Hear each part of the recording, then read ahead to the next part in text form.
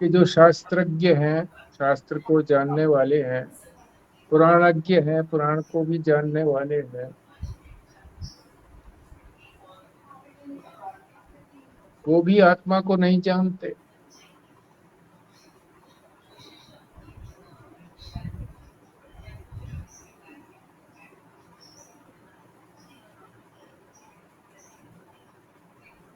एक तो बात ये समझेंगे कि क्यों नहीं जानते अपने आत्मा को। दूसरा, न जानने का जो कारण होता है वो है अज्ञान।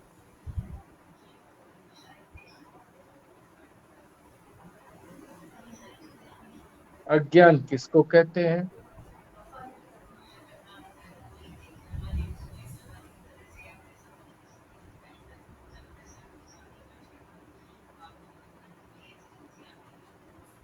तीसरा ये समझेंगे कि अज्ञान का स्वरूप क्या है।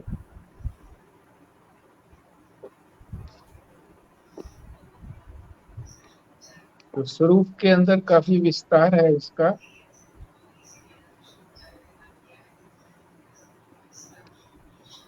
कोई बात नहीं, उसको भी समझेंगे। तो प्रारंभ करते हैं पृष्ठ संख्या 54 पर।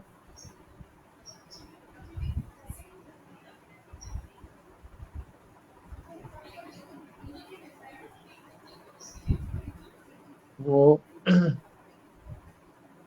प्रश्नकर्ता कहता है कि हमारे विचार से तो कोई भी ऐसा नहीं है कि आत्मा को न समझता हो, केवल पागल को छोड़ करके।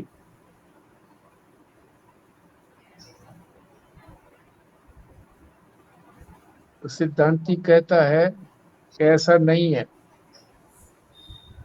सारा संसार ही भ्रांत है, सारे संसार को ही भ्रांति है, गलत समझा हुआ है। जो चीज है नहीं उसको वैसा समझा हुआ है।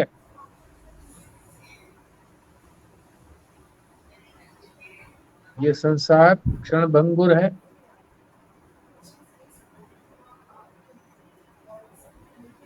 इसी के अंदर अपने आप को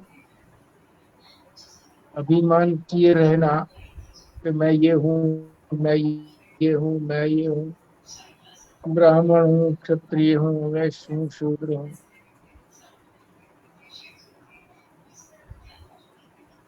तो ये भ्रांति ही तो है। ये ब्राह्मण, क्षत्रिय, वैश्य और शूद्र तो शरीर से होता है। आत्मा का कोई इसके साथ संबंध नहीं है। आत्मा कभी भी भ्रांत भी नहीं होती, क्षण भंगुर भी नहीं होती कि कुछ देर के लिए रहे फिर मिट जाए।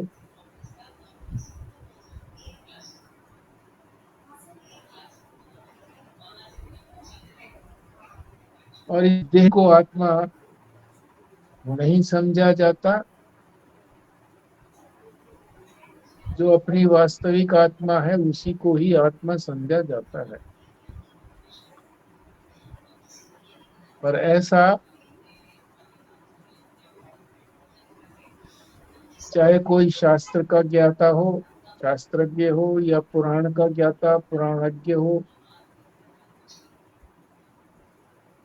वो भी शरीर को ही आत्मा मानते हैं। इसलिए सभी भ्रांत हैं। भ्रांत कहो या ज्ञानी कहो,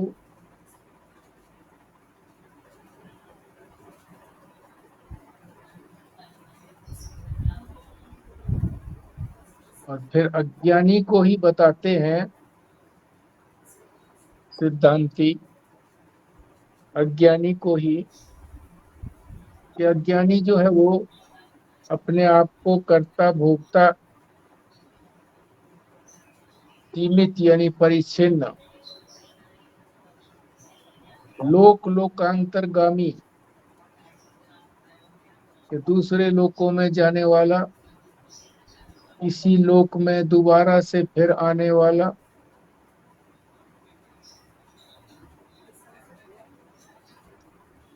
और अपना जो अंतःकरण है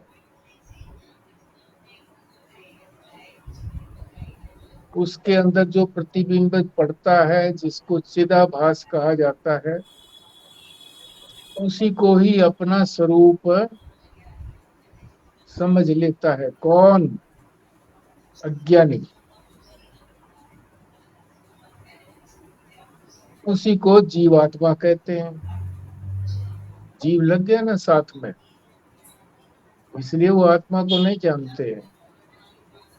जो इस शरीर के साथ चिपकी हुई आत्मा है,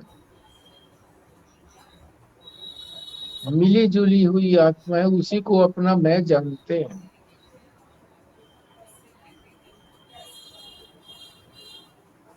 जबकि जो आत्मा है वो तो कुछ करती भी नहीं है, करता नहीं है, उसमें क्रिया ही नहीं है, व्यापक है, परिच्छिन्न नहीं है, सीमित नहीं है। चिद रूप है, ज्ञान स्वरूप है, ज्ञानी ने अज्ञान नहीं है उसमें आत्मा।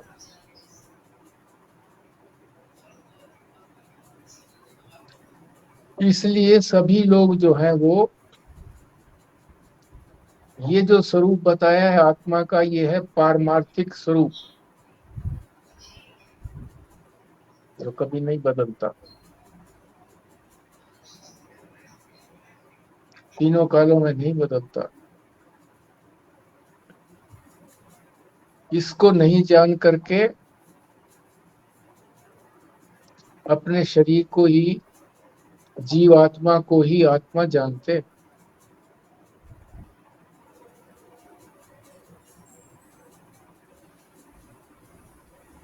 तो ये अज्ञानी की बात बता दी कि अज्ञानी क्यों कहा है। सारे संसार को ही अज्ञानी बता दिया सिद्धांती ने, जबकि प्रश्नकर्ता ने तो ये कहा था कि केवल पागल ही अपनी आत्मा को नहीं जानता होगा, बाकी सभी तो अपनी आत्मा को जानते हैं। तो उसको नकार दिया सिद्धांती ने कि सभी अज्ञानी हैं, क्योंकि सभी शरीर को ही अपनी आत्मा यानी उसी को ही मैं मान रहे हैं।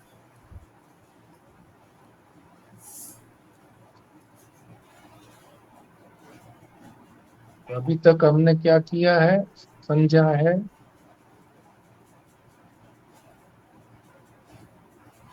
कि सभी अज्ञानी हैं, सिद्धांती ने बता दिया। सिद्धांती तो आप समझते ही हैं, जो शास्त्र की बात को बताता है।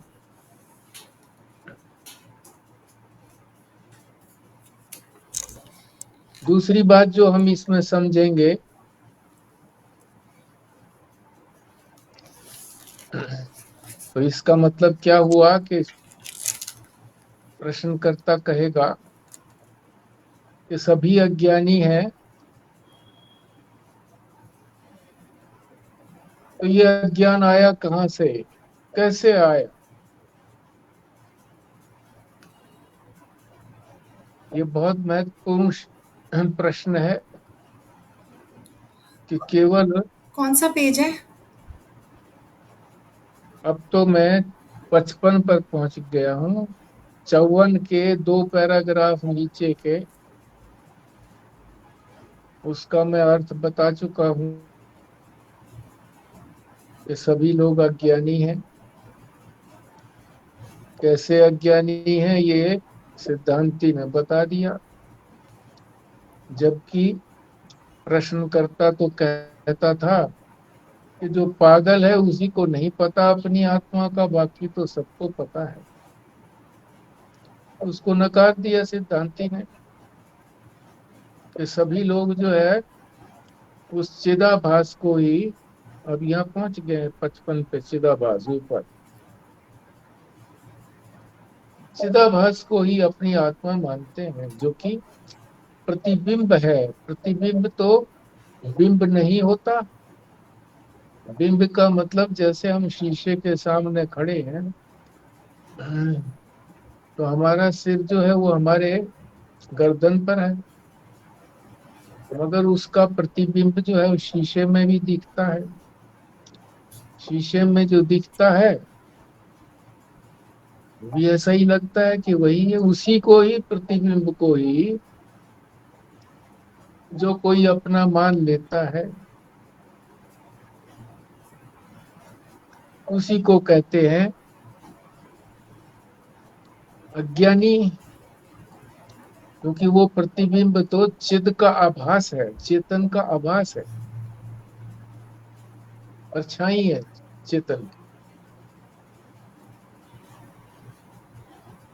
आत्मा जो है वो तो न करता है न भोगता है, क्योंकि उसमें कोई क्रिया नहीं है, सीमित भी नहीं है, परिच्छिन्न नहीं है,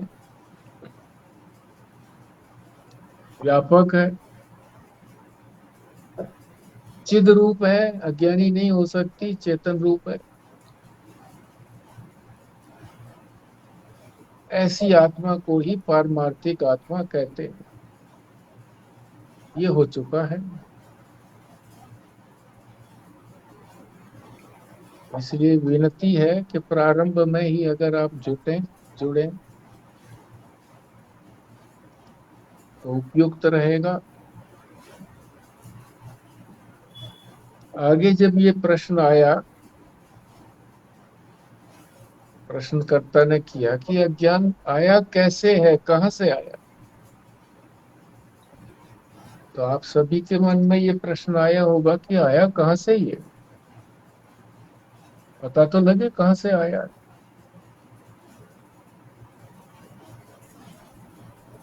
शेर आया है, जंगल से आया है, तो इसको पकड़ के जंगल में छोड़ो और जंगल से फिर ना आ पाए, ये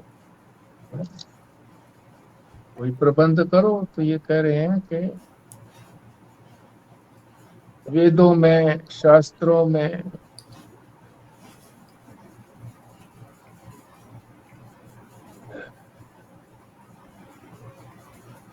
इसका जो है हमारे साथ जो संबंध है, मान लीजिए शेर आ गया है, अब किसी का कोई संबंध नहीं है, ऐसे ही घूम रहा है जैसे पशु घूम रहे हैं, गाय भैंस, कोई संबंध नहीं है, काम का तो है नहीं, हमारे गाय भैंस तो काम के हैं, पर चलो ठीक है, घूम रहा है तो घूमने दो। ऐसा भी नहीं लगता।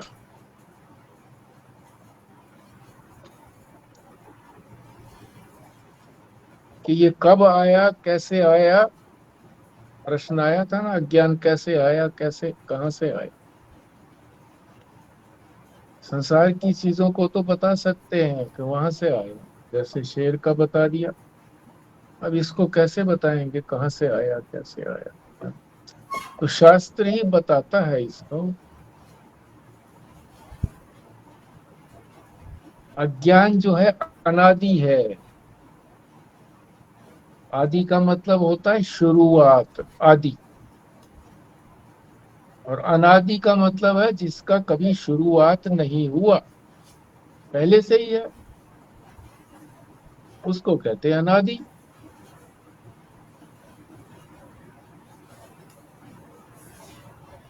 और इसका जीव के, इसका आत्मा के साथ कोई संबंध नहीं है।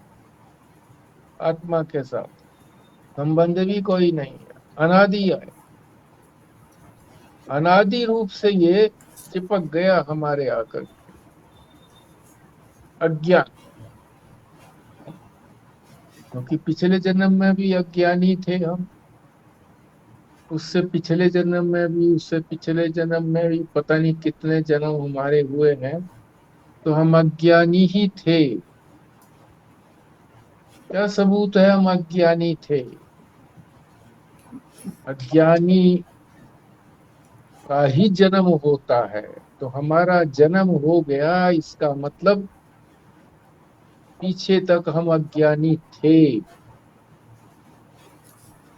और अभी भी अज्ञानी हैं। ये बात बताई दी थी कि अपने शरीर को अभी भी हम अपना मैं मानते हैं कि यही तो आत्मा है। आप कहेंगे नहीं, मैं तो जानता हूं कि मैं शरीर से अलग हूं, आत्मा अलग है शरीर से। शरीर से आत्मा अलग है तो उसको मैं मान लो। इस शरीर को मैं मानना छोड़ दिया क्या? किसी ने भी नहीं छोड़ा है संसार में, सिवाय ज्ञानी के।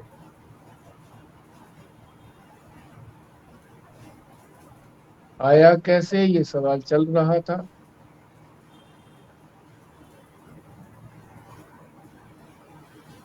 तो ये कह रहे हैं ये बतलाना असंभव है कि कब आया था, कैसे आया था, क्योंकि था ही पहले से ही है। कौन बताएगा इसको?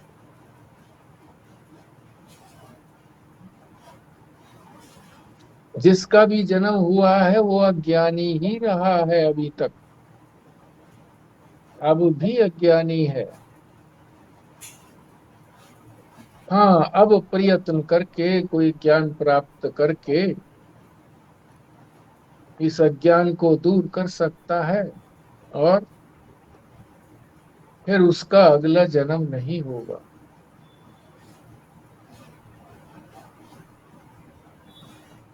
तो कहाँ से आया, कैसे आया, इस प्रश्न का कोई ठीक ठीक उत्तर नहीं दिया जा सकता।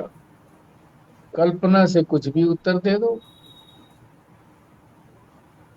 वो कल्पना वाला उत्तर जो है वो प्रमाणिक नहीं होता, ऑथेंटिक नहीं होता।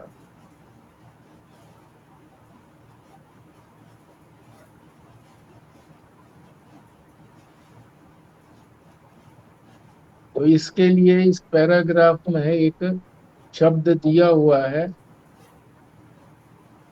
इदम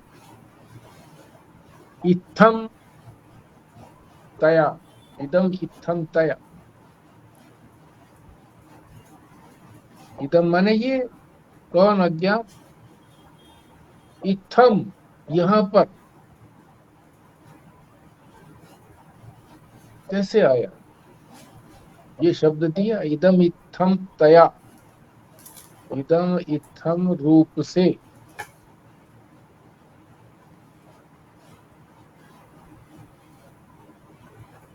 कहा नहीं जा सकता, ये नहीं कह सकते कि ये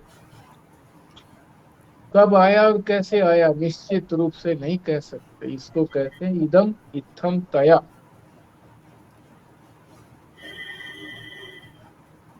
नहीं कहा जा सकता, इसका तात्पर्य ये हो गया, कहा नहीं जा सकता।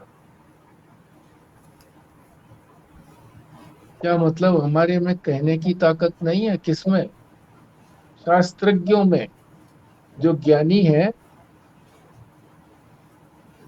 वो तो कह सकते हैं, हम तो नहीं कह सकते। चलो, तो ज्ञानी तो कह सकते हैं।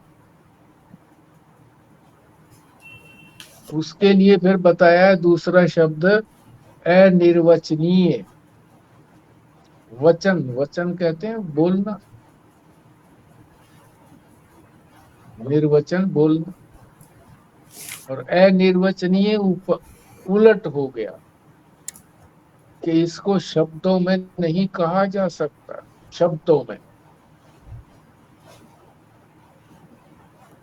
वचन रूप से इसको नहीं कहा जा सकता कि ये ऐसे आया। कब आया नहीं कहा जा सकता। अनिर्वचनीय। ताकत है पर अनिर्वचनीय का मतलब निश्चित रूप से नहीं कहा जा सकता, तो फायदा कुछ नहीं। इसीलिए ये शब्द दे दिया, अनिर्वचनीय। बस इतना ही याद रखो कि अज्ञान कैसे आया कब आया तो कहो अनादि है, कोई शुरुआत इसकी हुई नहीं है, पहले से ही है। कैसे आया, कब आया, ये तो अनादि हो गया। कब आया, कब माने समय, अनादि हो गया। कैसे आया, कहा नहीं जा सकता कैसे आए, अनिर्वचनीय। ये हो गया पहला पैराग्राफ। ये वही चीज हो गई ना, जैसे पहले कहते थे कि माया भी अनिर्वचनीय है, उसको कहा नहीं जा सकता। माया ही है ये, अज्ञान कहो, माया कहो, अविद्या कहो, प्रकृति कहो, वही है।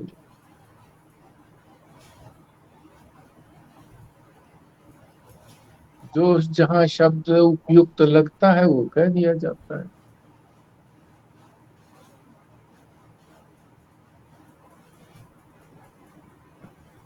अब इसका स्वरूप बताएंगे अगले पैराग्राफ में, दो पैराग्राफों में। स्वरूप,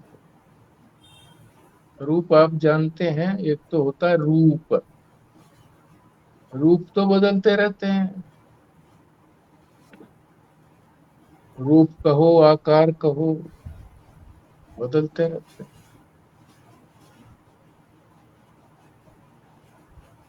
बचपन में कुछ आकार था, कुछ रूप था हमारा, पता है हमें कितने छोटे थे, फिर कितने बड़े हो गए। बहुत छोटे थे तो कोई शक्ति नहीं थी, जवान हुए शक्ति आ गई, वृद्धावस्था हुई तो शक्ति चली गई।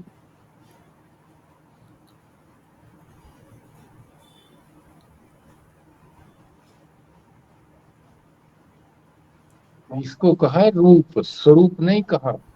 स्वरूप का मतलब होता है जो कभी बदलता नहीं है। हमारी आत्मा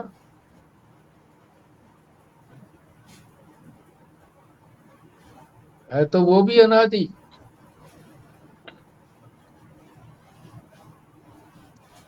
हमेशा से है, तीनों कालों में है, भूत में है, भूत में थी, अब है और आगे रहेगी। जबकि अज्ञान तो बदलता रहता था अपना स्वरूप, और अंत में उसका नाश भी हो जाता है अज्ञान का। मगर आत्मा का नाश नहीं होता। नाश हो जाता तो फिर उसको ये थोड़ा ही कहते कि भी वहां भविष्य में भी बना रहेगा। अज्ञान भविष्य में बना नहीं रहेगा, अपने आप नहीं, प्रयत्न से बना नहीं रहेगा। और अपना आत्मा जो है, इसके लिए तो प्रयत्न के बिना भी आत्मा बनी रहेगी। इसको बनाए रखने के लिए हमें कोई कोशिश भी नहीं करनी पड़ेगी। फिर तो आप सोचते होंगे कि ये तो आसान बात हो गई, सभी ज्ञानी हो गए, सभी आत्मा को जानते हैं। नहीं,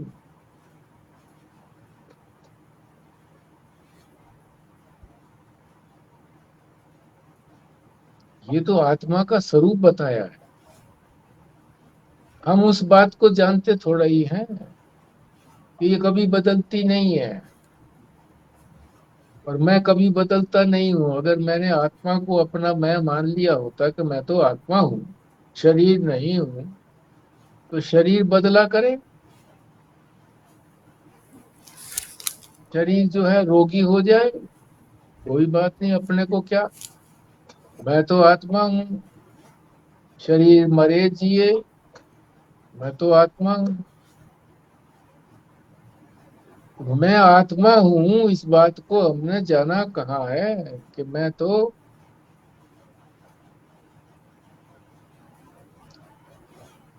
तीनों कालों में बना रहता हूँ, ये हमने जाना नहीं है। हम तो अपने आप को दुखी सुखी भी जानते हैं, जन्मने मरने वाला भी जानते हैं, अपनी शक्ति को हम सीमित भी जानते हैं, परिच्छिन्न, कि मैं तो इसी शरीर में हूँ। तो आत्मा तो व्यापक है, सभी शरीरों में। ये तो हमेशा हमारे साथ बना रहेगा आत्मा।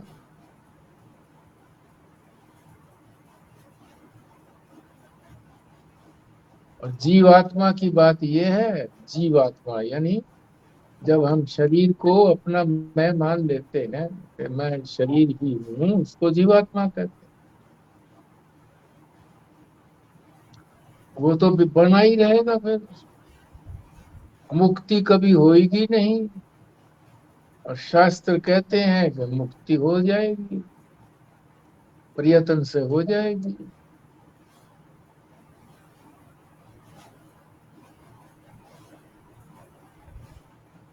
प्रश्नकर्ता तो यही कह रहा है कि फिर तो इसकी मुक्ति होगी भी नहीं। सिद्धांती उत्तर देता है, नहीं, चाहे ये अज्ञान अनादि है, पता नहीं कब से शुरू हुआ है, कैसे शुरू हुआ है, पर इसका अंत है। ये अनादि होते हुए भी अंत वाला है। अनादि अनंत, अनादि है, अंत वाला। और आत्मा अनादि होते हुए भी अंत वाली नहीं है। अंत वाली चीज को कहते हैं शांत। शांत भी बोल देते हैं कि उसका अंत आ गया। स माने है, और अंत माने अंत आ गया, उसका अंत है।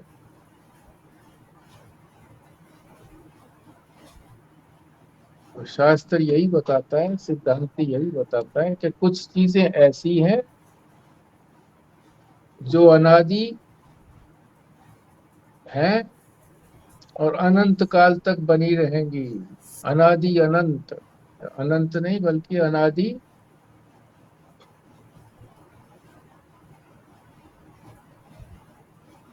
अंत कभी नहीं होगा उनका, अनादि,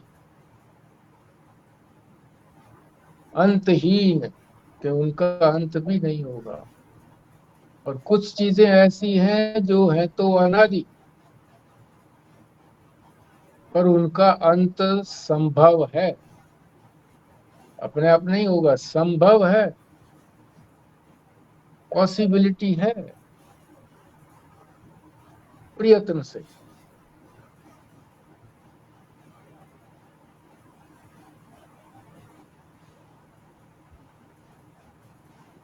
आगे फिर प्रश्नकर्ता पूछता है, फिर ये तो बताओ किन चीजों का अनादि तो है पर अंत नहीं है, और किन चीजों का अनादि भी है और अंत भी है, बताओ।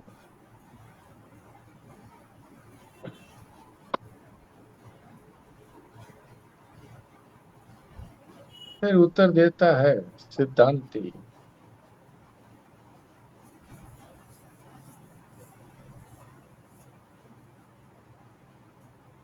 अब थोड़ा समझने की और बात आ गई।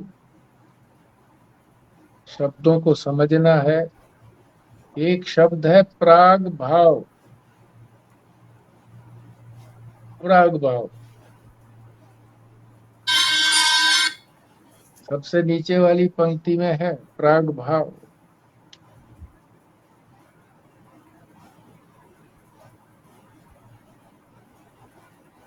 इसको कैसे समझोगे? दो, इसके अंदर दो चीजें समझ लो। एक, इसको तोड़ करके, एक तो प्राग है, प्राग माने पहले। जहां भी प्राग शब्द आएगा इसका मतलब पहले।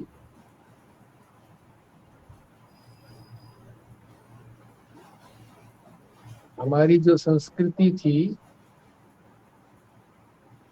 सिंधु घाटी की सभ्यता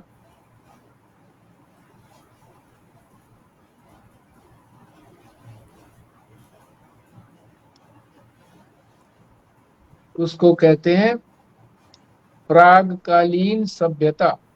प्रागकालीन यानी पहले, पहले जो थी सिंधु घाटी सभ्यता, ये इतिहास में आता है।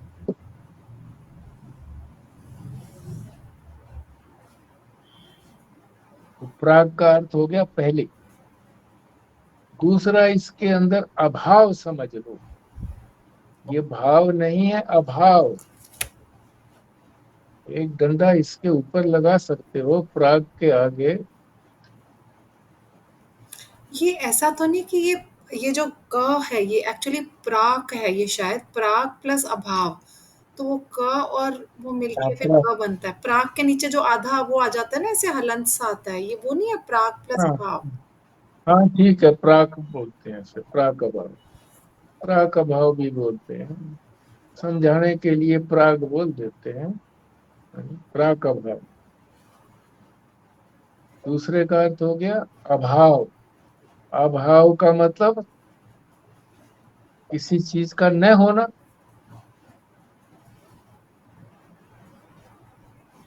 अभाव मन तो यही होता है ना, कमी, कि नहीं होना किसी चीज का। आपने प्राक का क्या बताया, प्राचीन? हाँ, प्राचीन का मतलब ये नहीं, पहले ही, सबसे पहले। प्राक अभाव यानी जो उसका ये पता ही नहीं है कि कब शुरू हुआ, पहले, बस पहले कह करके बात खत्म। अभाव माने जो अभाव, हाँ पहले अभाव था, पहले अभाव था, यानी पहले वो चीज नहीं थी। अभाव माने नहीं होना, पहले वो नहीं थी।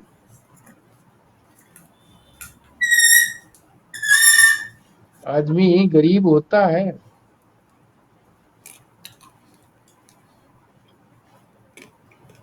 तो अमीरी पहले नहीं थी ना, बाद में मेहनत करके अमीर हो गया।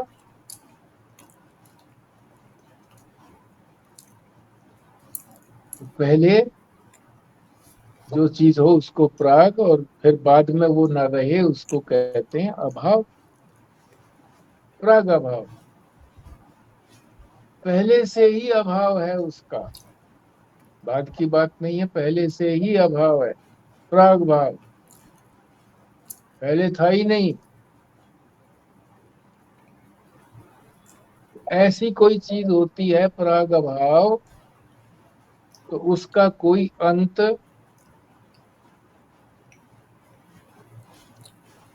हो सकता है, हो जाता है। शुरुआत तो नहीं थी उसकी, आदि तो नहीं थी, थी तो अनादि, पर अंत हो गया। तो ये प्राग अभाव ठीक से समझ गया। प्राग का मतलब अनादि, जिसकी शुरुआत कभी नहीं हुई, अनादि। और अभाव का मतलब जो थी ही नहीं, पहले से ही अभाव था उसका,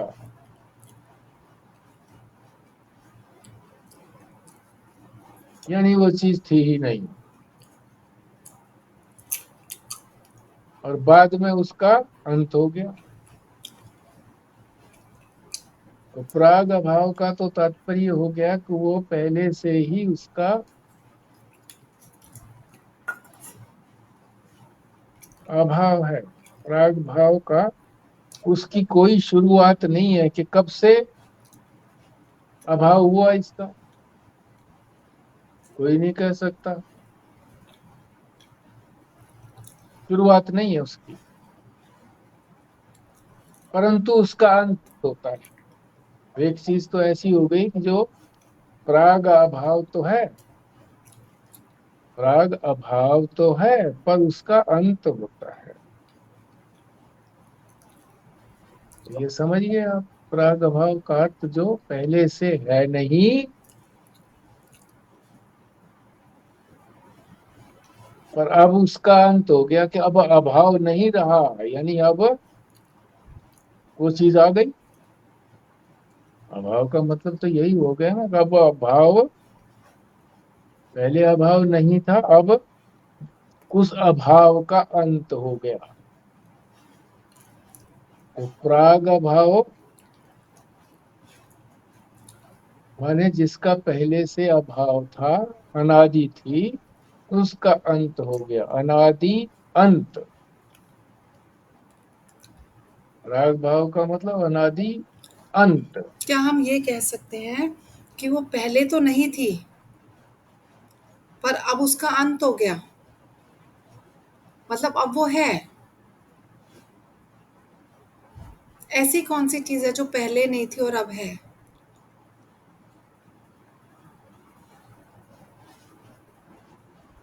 ऐसी चीजें हैं, बहुत पहले थी अब नहीं है।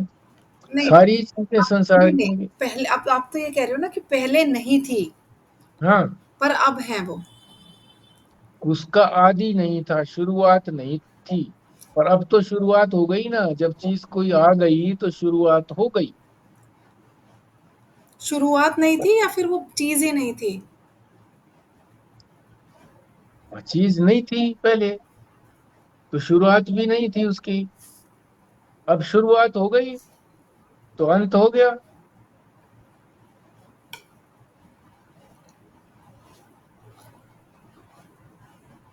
ठीक।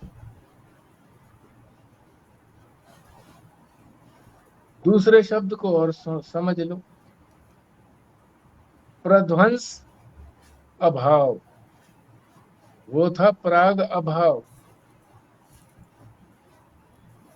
जिसको आप प्रागा भाव भी बोल सकते हैं, प्रागा भाव। जी। दूसरा है प्रध्वंसा भाव। प्रध्वंस कहते हैं नष्ट होना। उसको साले को ध्वंस कर दो, मार दो उसको। उसको ध्वंस माने मार देना, सारी सेना का ध्वंस कर दो, मार दो, नष्ट कर दो। प्रध्वंस का मतलब नष्ट करना।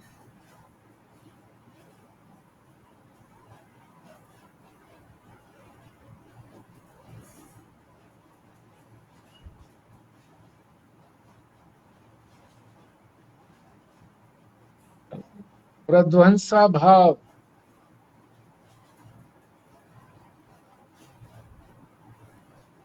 इसका आदि है, प्रध्वंसा भाव का आदि है, यानी चीज को नष्ट कर दिया तो शुरुआत हो गई कि नहीं हो गई? प्रध्वंस अभाव, अब उसने अभाव को नष्ट कर दिया। प्रध्वंस अभाव पहले नहीं थी, अब उस अभाव को नष्ट कर दिया। अभाव को, अभाव यानी भाव हो गया, अब वो चीज हो गई, पहले नहीं थी अब हो गई। प्रध्वंस, प्रध्वंस नहीं था, चीज की बात नहीं है, पहले प्रध्वंस नष्ट होने का अभाव था पहले। अब वो अभाव खत्म हो गया, यानी चीज, चीज जो थी वो प्रध्वंस, प्रकट हो गई, प्रध्वंस हो गया। अब वो प्रध्वंस नहीं रहा, अब वो नष्ट नहीं रहा, अब वो पैदा हो गया। जन्म से पहले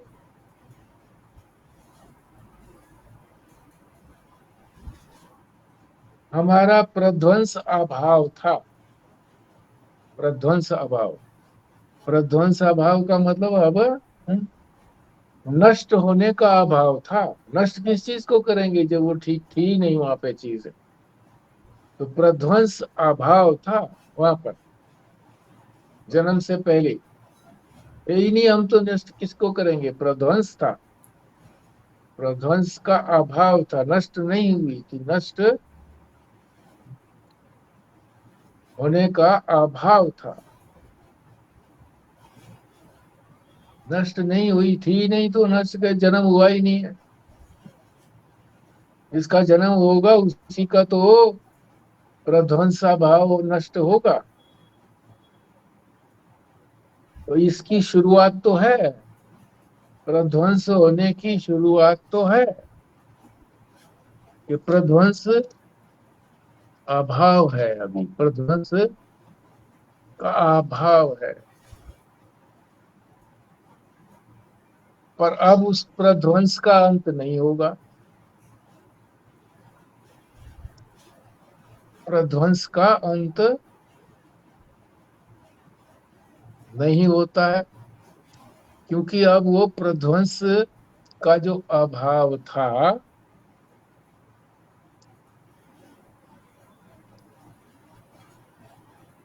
अब वो प्रध्वंस का अभाव है।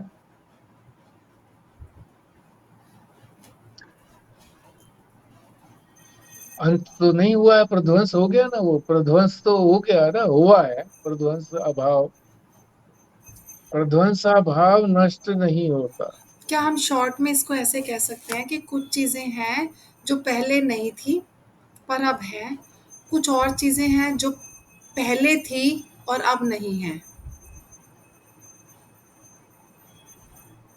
और कौन से को कह रहे हो पराग भाव, और कौन से को कह रहे, हाँ, दोनों की मैं परिभाषा वैसे बता रहे हो ना? दोनों की मैं अलग-अलग नहीं बता पा रही, पर मेरे को ये समझ आया कि ये कहना चाहते हैं कि कुछ चीज़ें जो पहले नहीं थी, मतलब एक का आदि है, अंत नहीं है, दूसरे का आदि नहीं है, अंत है। तो ये कहना चाह रहे हैं कि पहले जो चीज़ें थी वो अब नहीं है, और कुछ ऐसी चीज़ें भी हैं जो अब हैं, मतलब पहले थी और अब नहीं है। जैसे कि अगर हम ये सोचें कि जन्म से पहले हम नहीं थे, पर जन्म के बाद हम हैं। फिर हम ये भी कह सकते हैं कि जन्म के बाद अब हम हैं, पर मृत्यु के बाद हम नहीं रहेंगे। तो ये मतलब दोनों में से कोई एक चीज़ है इसमें, एक प्राग भाव हो जाएगा और एक प्रध्वंसा भाव हो जाएगा इसमें से। सबके साथ अभाव जुड़ा हुआ है, तो प्रध्वंसा भाव को ही समझिए, अलग अलग समझना है उसको समझा चुके हैं। यानी ध्वंस तो जिस चीज का होगा वो चीज होगी तो होगा ना। तो हमारा पहले प्रध्वंसा भाव था जन्म से पहले, प्रध्वंस, ध्वंस किसका करेंगे? हैं? यानी ध्वंस का अभाव था हमारा, नहीं, ध्वंस का अभाव था, ध्वंस, नष्ट होने का अभाव था, नष्ट नहीं, नष्ट होने का अभाव था। इसको नष्ट करेंगे? अगर नष्ट होने का अभाव था, इसका मतलब वो वस्तु उस समय थी, नहीं थी। क्योंकि नष्ट ही नहीं हुई वो, इसका मतलब तो वो वस्तु थी। अगर वो थी होती तो फिर उसको प्रध्वंस कर सकते थे ना, फिर प्रध्वंस का अभाव थोड़ा ही होता, प्रध्वंस का अभाव नहीं होता। फिर प्रध्वंस शब्द को याद रखना है, प्रध्वंस का अभाव था पहले, अब जो है प्रध्वंस का अभाव नहीं हुआ, नहीं रहा, ये अंत हो गया। अब वो कोई चीज की उत्पत्ति हो गई तो अब उसको ध्वंस किया जा सकता है, नष्ट किया जा सकता है। जन्म का पहले अभाव था, क्योंकि जन्म का अभाव मत कहो, प्रध्वंस का अभाव था, प्रध्वंस, किसको ध्वंस करेंगे? वो नहीं था ध्वंस। और अब जो है वो जन्म हो गया है, तो अब उसका उसका ध्वंस किया जा सकता है। अब वो प्रध्वंस का अभाव नहीं है, अब उसका अंत नहीं है, प्रध्वंसा भाव का अंत नहीं होता। प्रध्वंस भाव का अंत कैसे होगा? जो प्रध्वंस है पहले से ही नष्ट है, उसका अंत कैसे करोगे? ना जन्म की बात मत लगो, प्रध्वंस, बस प्रध्वंस। पहले अभाव था, अब भी अभाव है, तो उसको अभाव को कैसे दूर कर सकते हो? उसका अंत भी नहीं है।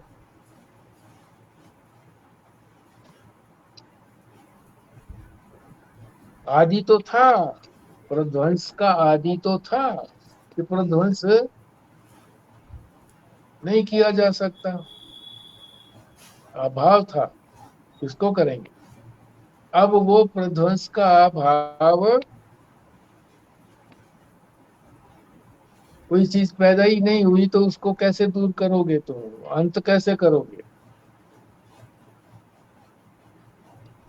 पैदा होने से पहले भी प्रध्वंस का अभाव था, और पैदा हुई ही नहीं, फिर पहले की बात ही छोड़ो। पैदा ही नहीं हुई कोई चीज, ना थी ना पैदा हुई, तो प्रध्वंस ही था और प्रध्वंस ही बना रहा, उसका कोई अंत आया नहीं। पहले जो बताया था, प्राग भाव में आदि था, पर अंत भी था। यहाँ ना आदि है, ना अंत है। पहले भी नहीं थे, अब भी नहीं है, तो चीज कोई पैदा हुई नहीं प्रध्वंस भाव में।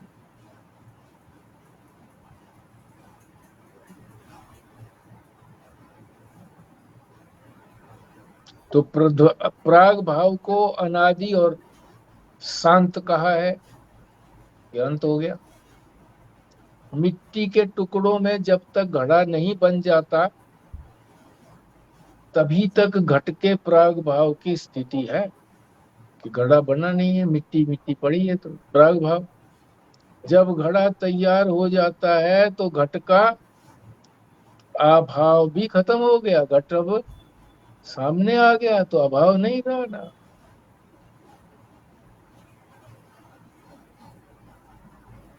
इसकी कोई सीमा नहीं है, अतः ये प्राग भाव अनादि होते हुए भी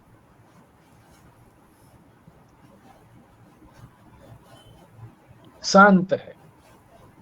मतलब अंतिम सीमा नहीं है, अनंत नहीं हुआ, अंत हो गया।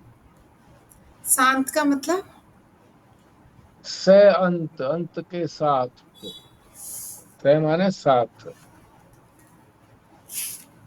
इसी को शांत कहा है, इसी को अंत कहा है। यानी अनंत नहीं है, अंत है बस। ये जरा कठिन है, इसको हम यहीं पर विश्राम लेते हैं, कल करेंगे। दो एक बातें और करनी है, वो मैं कर लेता हूँ। तो ये है आज 2, 10, 25। हाँ जी। वो बातें क्या करनी है, एक तो संजीव शर्मा जी जो है वो कल से जा रहे हैं नीम करौली, अब वो बताएंगे कितने दिन का वहाँ प्रोग्राम है, ताकि सभी साधकों को पता लगे ना कि क्यों अनुपस्थित है। हाँ जी। 3 दिन का प्रोग्राम है जी, मैं बताता हूँ। 10 को आएंगे वो, हाँ 3 दिन का प्रोग्राम है। 5 अच्छा। को वापिस आएंगे हम लोग, मैं भी जा रहा हूँ साथ। हाँ ठीक है, 5 को वापस आएंगे। हाँ तो जी, हाँ जी। मतलब ये है कि 3, 4, 5 को भी अटेंड नहीं करेंगे? नहीं, रास्ते में करेंगे जी। ऑन द अच्छा, ट्रांजिट यदि मिल गया तो। चलो ठीक है। हाँ ठीक है। आज भी मैं आया श्रीनगर तो रास्ते में किया मैंने, ऑन नहीं है ना। वो बीच में वो आती है टनल, तो उसमें वो नहीं थे सिग्नल, तो अच्छा इसलिए लेट हो गया मैं। अच्छा अच्छा। तो आज ही आ गए आप श्रीनगर में? जी मॉर्निंग में, अर्ली मॉर्निंग जाना है हमें ना। इसीलिए तो आ गए ना? हाँ जी, इसलिए आ गए। हाँ ठीक है, चलो अच्छी बात। अब खाली हो गया हमारे लिए श्रीनगर ना जी। नहीं, आपके लिए खाली नहीं होता, किसी के लिए भी खाली नहीं है। दूसरी बात ये कहनी है जी, अपने स्वास्थ्य के बारे में। जो 2 दिन में नहीं ये सत्संग कर पाया,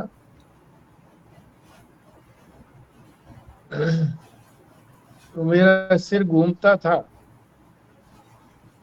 और बैलेंसिंग की भी प्रॉब्लम थी।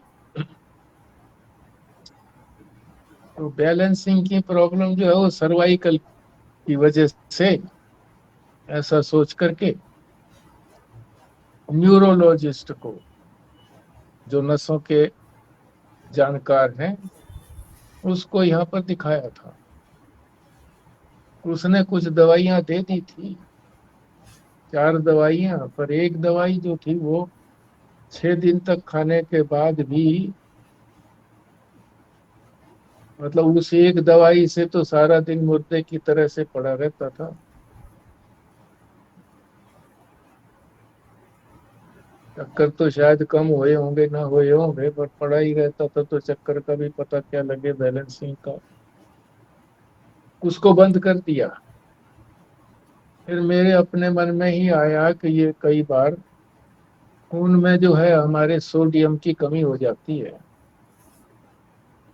उसकी वजह से हो सकता है। तो मैंने फिर टेस्ट कराया लेबोरेटरी से, तो उनका फोन आ गया 11 बजे ही कि भाई बहुत कम है आपका, आपको डॉक्टर को कंसल्ट करिए। सोडियम कम था जी? हाँ जी। तो फिर वहां चले गए हॉस्पिटल में, तो फिर उन्होंने बोतल चढ़ा दी, 2 चढ़ा दी उसी दिन रात तक, एक अगले दिन चढ़ा दी, कल 2:30-3 बजे तक चढ़ा दी। फिर टेस्ट किया तो बोले ये तो ठीक है आपका। तो उनका जो काम था वो कर दिया उन्होंने। डिस्चार्ज करने में समय लग गया, यहाँ 6 बजे पहुंच पाया।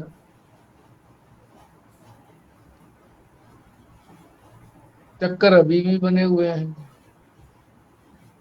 इसका मतलब है सर्वाइकल भी है, और वो सोडियम की कमी भी थी, दोनों थी, ओवरलैपिंग। लेकिन सोडियम की ये करवाने के बाद क्या फीलिंग है? कुछ स्ट्रेंथ फील हो रही है? क्या डिफरेंट फील हो रहा है? सोडियम पूरा होने के बाद क्या करें? वहाँ सोडियम पूरा होने के बाद कुछ अच्छा फील हुआ है? वही तो मैं बता रहा हूँ, चक्कर तो अभी भी है, बैलेंसिंग की प्रॉब्लम अभी भी है। तो इसका मतलब ये है कि उससे, अकेला उससे नहीं था, सोडियम से ये भी था साथ में, सर्वाइकल, दोनों एक साथ थे। एक की निवृत्ति होगी, दूसरा अभी भी पड़ा हुआ है। और ये नसों का जो भी जाल है, ये देर से ठीक होने वाला है, ना भी ठीक हो। तो कोई संभावना जल्दी सी लगती नहीं है। तो ये मेरे स्वास्थ्य की सूचना है। इसी स्वास्थ्य के लिए, के कारण ही मैं अपना चार्ज आप लोगों में से एक को भी दे सकता था,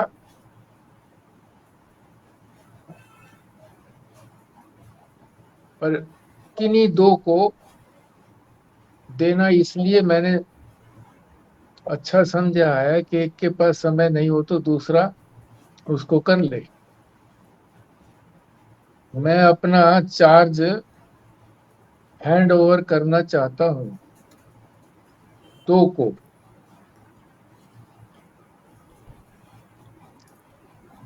देखो, हमारे पास परमात्मा ने 3 शक्तियां दे रखी हैं, ये बात भी सिद्धांत की है, ठीक से समझ लो, बहुत काम आने वाली है। जिस समय हो उसको उसको यूटिलाइज कर लो। क्या सामर्थ्य है हमारे पास? एक तो हमारे पास जो है वो शक्ति दे रखी है, इस शक्ति का तुम उचित प्रयोग कर सकते हो, संसार में लगा सकते हो या परमात्मा में लगा सकते हो। शक्ति दे दी, सीमित शक्ति दी है। परमात्मा के पास तो कोई सीमा है नहीं ना किसी चीज की भी, तो सीमित शक्ति दी है। तो उसी सीमित शक्ति के अंदर अपना काम बना लो। दूसरी जो चीज दी है समय, समय भी निश्चित है। परमात्मा का तो कोई समय निश्चित है ही नहीं। हमारा निश्चित समय है भाई, ज्यादा समझ लो 100 का 100 साल समझ लो, मगर है नहीं 100 साल। हाँ जी, तो समय भी निश्चित हो गया, तो वो भी सीमित है। निश्चित तो हो गया, सीमा बन गई, दो चीजों की सीमा बन गई, शक्ति की और समय की। तीसरा है साधन। साधन का मतलब जो हमें सपोर्ट कर सकते हैं साधन। धन भी साधन है, संतान भी साधन है, मकान भी साधन है, गाड़ी भी साधन है, ये सारे साधन है। ये भी दे रखे हैं परमात्मा ने। कौन कहाँ पैदा हुआ, वहां पर क्या साधन थे, तुमने अपनी शक्ति से कितने साधन जुटाए, वो भी हो सकता है। तीन शक्तियां परमात्मा ने हमको दे रखी हैं, मगर वो सीमित है। साधन भी सीमित है। हाँ जी। कोई अंबानी या दूसरा कोई चीज बन जाए, उसके बाद भी उसकी कोई सीमा तो है नहीं, और कितना ही बढ़ाए जाओ तो इन तीनों साधनों का सदुपयोग करना है। संसार में करेंगे तो दुरुपयोग है, परमात्मा में करेंगे तो सदुपयोग है। सदुपयोग करेंगे तो मोक्ष की प्राप्ति होगी, दुखों की आत्यंतिक निवृत्ति और परमानंद की प्राप्ति। दुख एक कण भी नहीं आएगा, सुख में ही, आनंद में ही मगन रहेंगे। ये इधर का बताया और परमात्मा की तरफ का। और संसार में तो दुख है ही है, आपने अनुभव भी किया है सबने। जन्म से भी दुख, बाल्यावस्था में भी दुख, जवानी में भी दुख। आप कहोगे नहीं जवानी में तो दुख नहीं था, जवानी में भी दुख आ जाता, बीमारियां शिमारियां, तलाक, दुखी तो है और क्या है। और बुढ़ापे में तो दुख ही दुख है।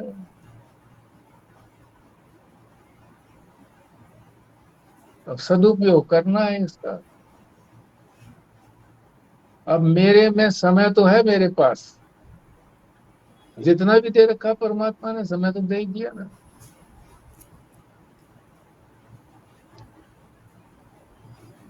साधन भी है, बोल बोल पाता हूँ,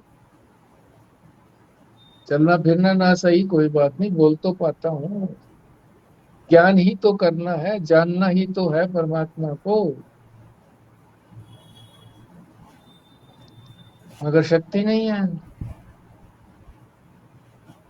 आप लोगों में। शक्ति भी है, साधन भी है,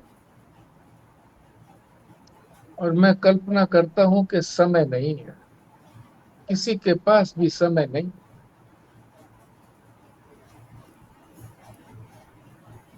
समय अभाव है, तो किसी न किसी चीज का अभाव तो रहेगा ही रहेगा। और समय का अभाव है, इस अभाव की तो पूर्ति कर सकते हैं, क्योंकि समय तो दे ही रखा है परमात्मा ने अपने पास है? जो हो गया सो हो गया, बाकी तो दे रखा है, कहीं बचा हुआ तो, चाहे 5 साल है, 10 साल है, 20 साल है, कुछ भी है, दे रखा है, तो उसका सदुपयोग करें, समय का सदुपयोग करें। शक्ति है ही है, तो दो चीज हो गई हमारे पास, साधन भी है सबके पास, मोबाइल भी है, बोल भी सकते हैं, सत्संग में जा भी सकते हैं, नीम करौली चले जाए, वृंदावन चले जाए, और कहीं जाना हो चले जाए, साधन भी है। अब ये संसारी साधन है, इधर मन ज्यादा रुचि करता है, क्योंकि यहाँ जो है ना वेरिएशन है, वेरिएशन।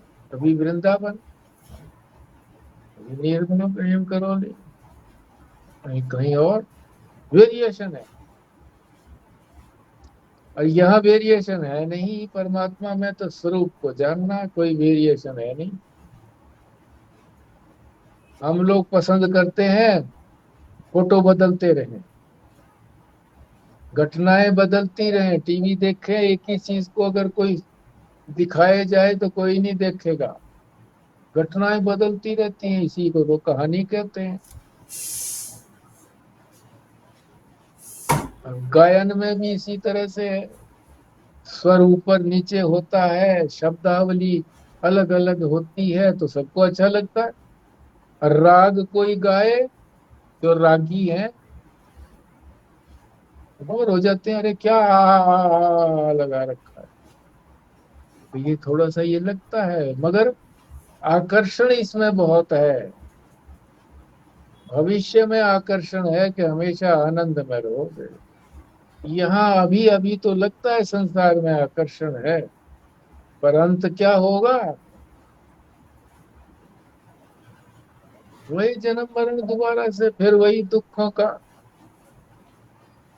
तो इसलिए आप लोगों में से दो जो है अभी मेरा चार्ज लेने के लिए तैयार रहो, हो जाओ।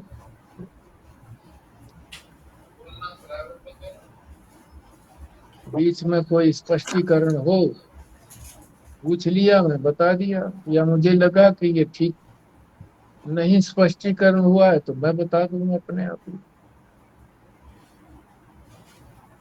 अब आप लोगों को डिसाइड करना है।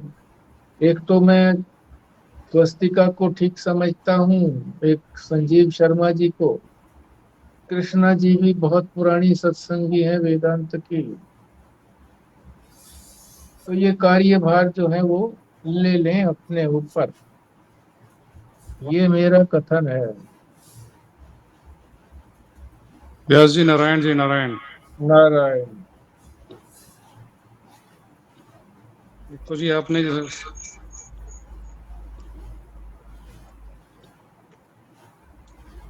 हाँ जी, क्या? तीन साधन की बात तो की ना जी। हाँ जी, एक साधन और है जी, समझ का साधन। ठीक है। उतना परिपक्व नहीं है अभी समझ का साधन।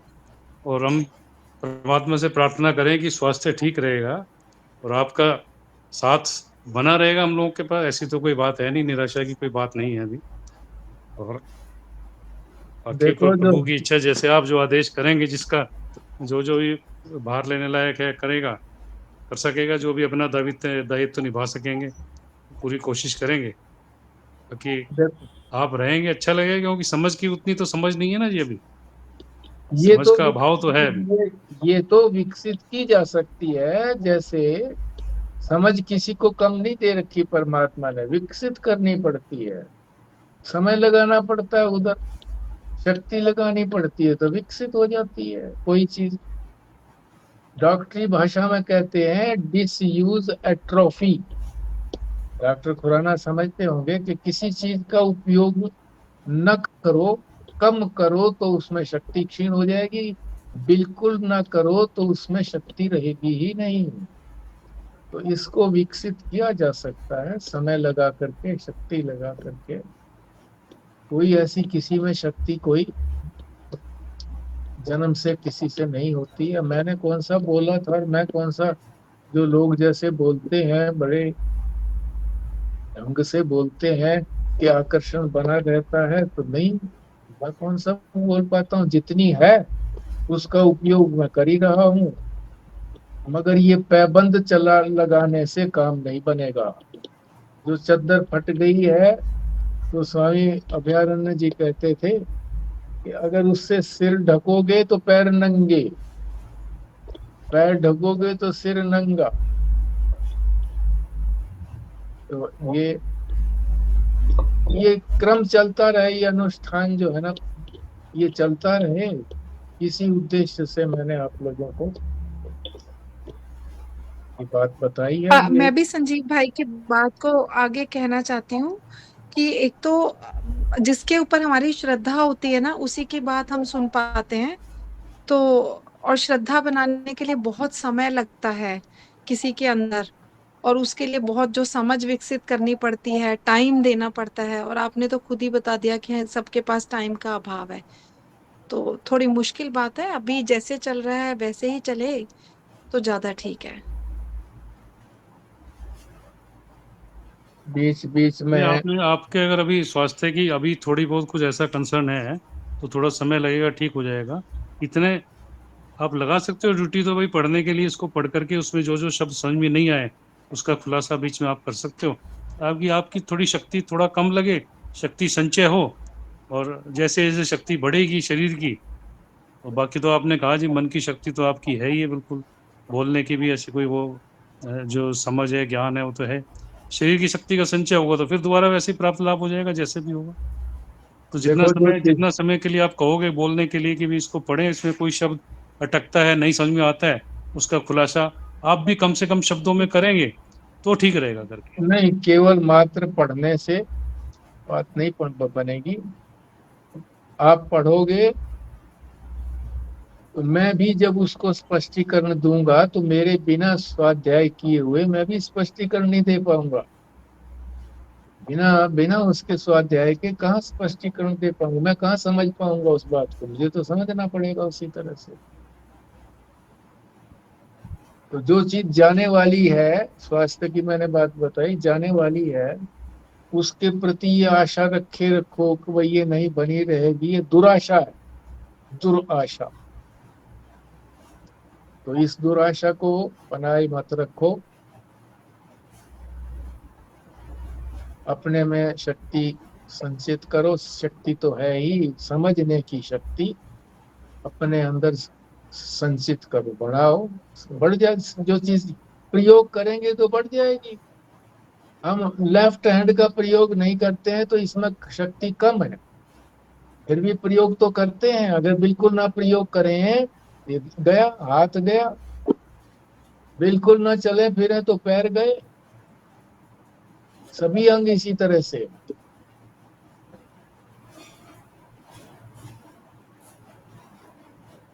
तो अपनी जो बौद्धिक शक्ति है उसका विकास करिए, समय लगा करके। बताया ना, फिर समय, जब समय होगा तो ये शक्ति नहीं होगी। अभी दोनों चीज हो सकती है, जो आपके हाथ की बात है। एक है ही और दूसरी, और दोनों दोनों आप विकसित कर सकते हो, समय भी निकाल सकते हो और अपनी बौद्धिक शक्ति भी बढ़ा सकते हो। ठीक है जी, विचार कर लेना, इस पर जल्दी अमल करने की कोशिश करना। भाई, अब पूर्ण आहुति के लिए बोलिए, स्वस्तिक का बोलिए। हाँ जी। ओम पूर्णमदः पूर्णमिदं पूर्णात् पूर्णमुदच्यते पूर्णस्य पूर्णमादाय पूर्णमेवावशिष्यते। ओम शांतिः शांतिः शांतिः। नारायण। नारायण। नारायण। नारायण।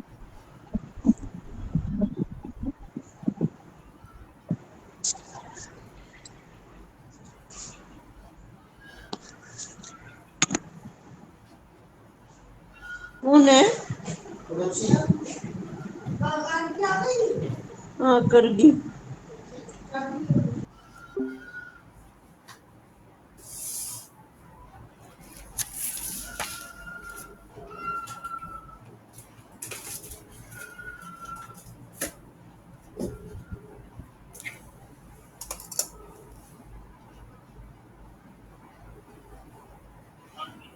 नमस्ते पापा।